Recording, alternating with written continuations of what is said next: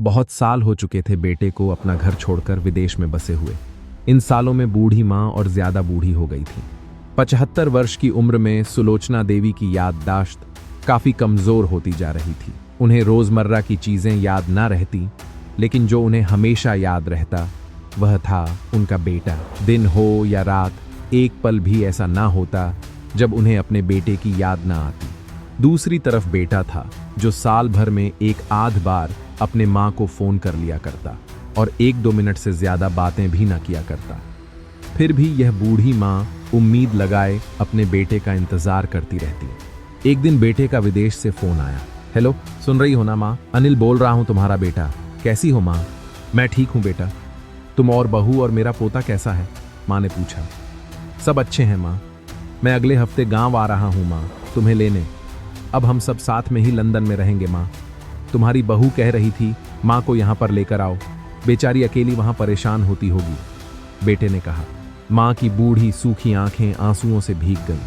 उसके कमजोर शरीर के नस नस में खुशी की लहर दौड़ गई। बेटे और बहू का अपने प्रति प्रेम देखकर माँ का मन खुशी से भर आया। बेटे ने आगे कहा, माँ तैयार रहना, मुझे ज्यादा दिन छुट्टियां नहीं हैं, जिससे जितने पैसे लेने हैं लेकर रखना। तब तक मैं प्रॉपर्टी डीलर से बात कर लेता हूँ। घर के लिए? घर के लिए? माँ ने पूछा। हाँ माँ, गांव का घर हमें बेच देना पड़ेगा। अब हम साथ में ही रहने वाले हैं तो वहां पर घर रखने का कोई मतलब नहीं है माँ, बेटे ने कहा।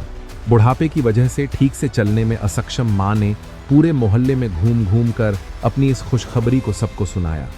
सभी को खुशी हुई। सबको लगा माँ जी के आखिरी दिन अपने परिवार के साथ खुशी से बीत जाएंगे। घर वापस आकर माँ ने अपने घर के कोने कोने को ऐसे देखा जैसे वह अपने दूसरे बेटे को देख रही हो। देखे भी क्यों ना, उस घर को अपने बेटे से कम थोड़ी समझा था। अपने पति के साथ 40 साल यही तो बिताए थे, लेकिन अब मजबूर थी। बुढ़ापे के आखिरी साल बेटे और बहू के साथ बिताना चाहती थी। दिल पर पत्थर रखकर घर बेचने के लिए माँ तैयार हो गई। आनन फानन में बेटे ने घर को आधे दामों पर बेच दिया।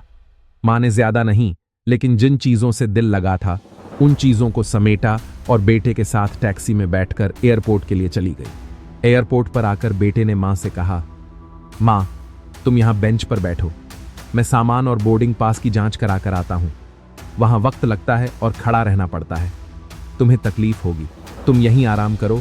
मैं यूं गया और यूं आया। माँ बेंच पर बैठ गई और बेटा अंदर चला गया। काफी समय हो गया, बेटा वापस नहीं लौटा। माँ सोचने लगी ज्यादा भीड़ होगी इसलिए देर लग रही होगी। अंधेरा होने को आया।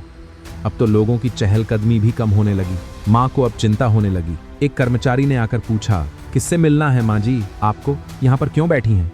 डरती हुई आवाज में सुलोचना देवी बोली, मेरा बेटा अंदर सामान की जांच कराने गया है, लंदन जा रहे हैं हम।